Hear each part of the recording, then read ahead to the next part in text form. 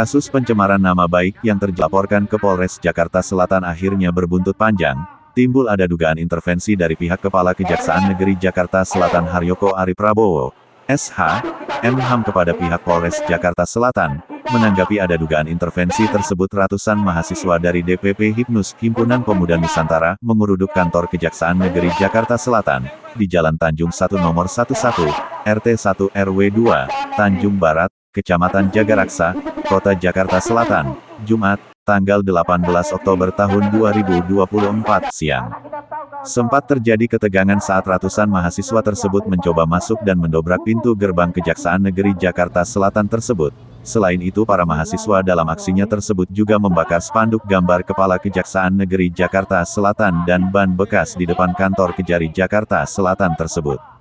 Haryoko Ari Prabowo, SH, M.Ham sebagai Kepala Kejaksaan Negeri Jakarta Selatan, dinilai oleh para mahasiswa yang tergabung di DPP Hipnus tidak mampu menjalankan tugasnya dengan baik, karena masih memproses hukum salah satu perkara kriminalisasi dan rekayasa yang sudah digelar perkara di Biro Warasidik Bareskrim Polri, dengan hasil belum ada bukti pidana, namun perkara ini masih diproses oleh Kejaksaan Negeri Jakarta Selatan.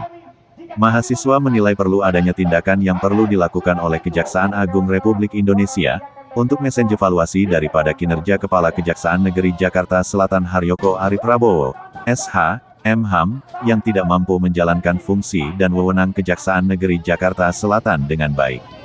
Dalam orasinya, para mahasiswa menuntut pihak Kejaksaan Agung Republik Indonesia untuk mengevaluasi kinerja Kepala Kejaksaan Negeri Jakarta Selatan Haryoko Ari Prabowo, SH, terhadap ada dugaan kuat intervensi kriminalisasi dan rekayasa terhadap perkara yang ditangani oleh Polres Metro Jakarta Selatan, mendesak Kejagung RI untuk segera menghentikan proses hukum terhadap perkara kriminalisasi dan rekayasa yang diproses di Polres Metro Jakarta Selatan, yang telah dilakukan gelar perkara di Biro Warasidik Bareskrim Polri dengan hasil belum ada tindak pidana, dan mendesak Kejagung RI untuk segera mencopot Kepala Kejaksaan Negeri Jakarta Selatan Haryoko Ari Prabowo, SH, M.Ham yang dinilai tidak mampu menjalankan tugasnya dengan baik, selaku pimpinan Kejari Jakarta Selatan.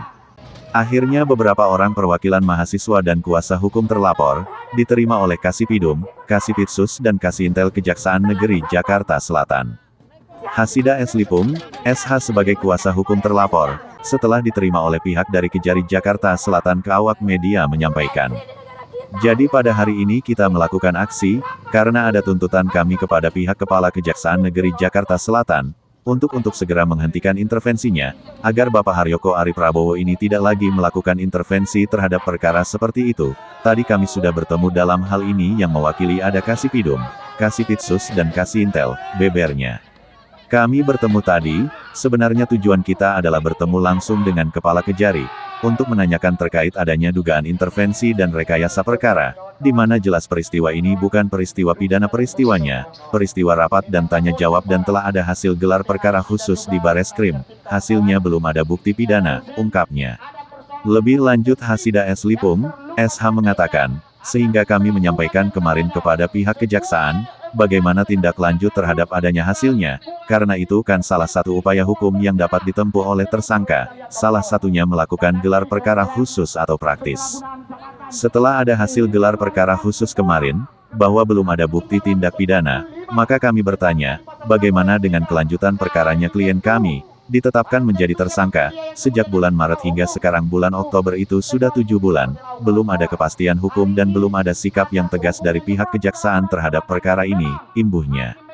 Sehingga kami menanyakan dan tadi, pertanyaan saya sangat jelas, kepada Kasipidum, bahwa apakah terhadap berkas perkara yang sudah dinyatakan belum ada bukti pidana, apakah kejaksaan masih memiliki kewenangan terhadap berkas tersebut, karena perkara dinyatakan belum ada bukti pidana, sehingga kami menanyakan bahwa ini kelanjutan perkara ini seperti apa, tegasnya.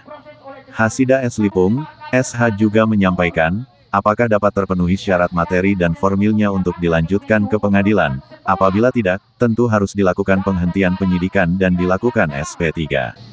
Tadi jawaban dari pihak perwakilan Kejaksaan Negeri Jakarta Selatan, bahwa dalam hal ini diserahkan kepada pihak kepolisian untuk mengambil sikap terhadap berkas tersebut, apakah akan segera ditutup, ataukah seperti apa, seperti itu tadi jawabannya. Selanjutnya kami akan ke yang kepolisian, menanyakan hal ini, Kalau benar ini ada intervensi dan rekayasa dari kepala kejaksaan harus dicopot. Institusi kejaksaan ini adalah salah satu institusi penegakan hukum yang sangat bersih, dan merupakan tempat di mana orang mencari keadilan. Apabila puncuk pimpinan ini selalu cawe-cawe terhadap perkara, maka penegakan hukum di negara kita ini tidak bisa menjadi tegas, tandasnya.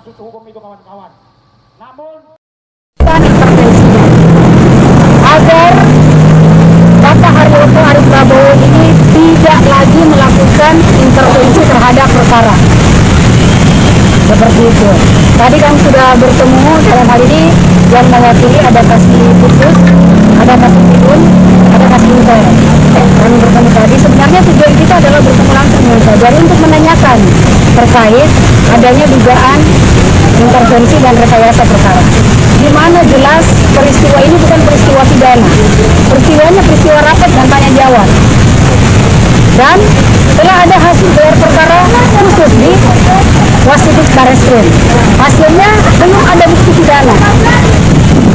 Sehingga kami menyampaikan kemarin kepada pihak kepolisian bagaimana tindak lanjut terhadap adanya hasil gelar. Karena itu salah satu upaya hukum yang dapat ditempuh oleh tersangka.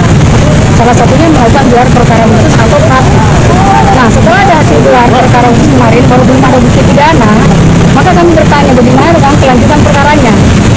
Klien kami ditetapkan menjadi tersangka sejak bulan Maret. Sekarang sudah bulan Oktober.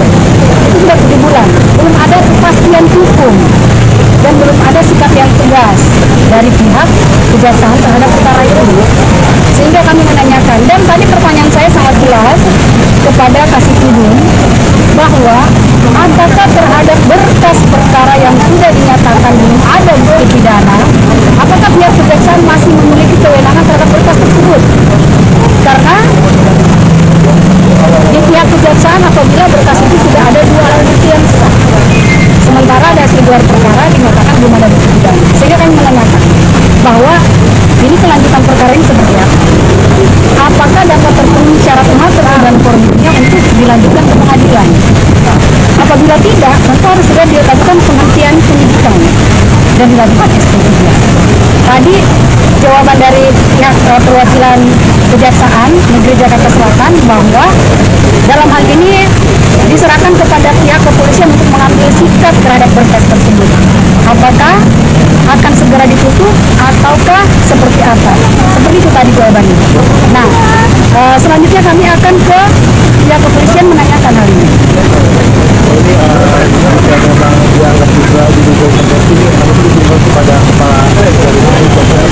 Ya, sudah pasti. Apabila benar ini ada intervensi dan rekayasa dari kepala kejaksaan harus dicopot. Kenapa? Institusi kejaksaan ini adalah salah satu institusi penegakan hukum yang sangat bersih dan merupakan tempat di mana orang mencari keadilan. Salah satunya tempat mencari keadilan. Apabila pucuk pimpinan ini selalu cawe-cawe terhadap perkara, maka penegakan hukum di negara kita ini tidak bisa digantikan. Siapa itu? Maaf, nama anda siapa? Saya Hasida Esipun, saya selaku kuasa hukum dan klien saya yang selaku mengenai perkara ini perkaranya itu rapat internal. Jadi rapat internal DPP, Dewan Pengurus. Nah, di dalam rapat ini ada proses tanya jawab. Terlapor ini sebagai salah satu pimpinan rapat, karena pimpinan rapat di situ ada beberapa di salah satu. Kemudian yang pelapor ini sebagai peserta rapat. Nah, dia bertanya, kenapa saya dikeluarkan sebagai pengurus? Kemudian dijawab oleh klien kami bahwa Bapak dikeluarkan berdasarkan data, ada penerimaan dana tidak sesuai SOP. Inilah yang kemudian menjadi dibawa ke pihak kepolisian lalu dijadikan peristiwa sebagai peristiwa hukum. Padahal ini rapat internal, rapat tertutup. Rapat yang hadir itu hanya peserta-peserta yang diundang aja. Artinya gini Bang, kita juga kenapa kita getol memperjuangkan ini? Karena ini akan menjadi jurisprudensi.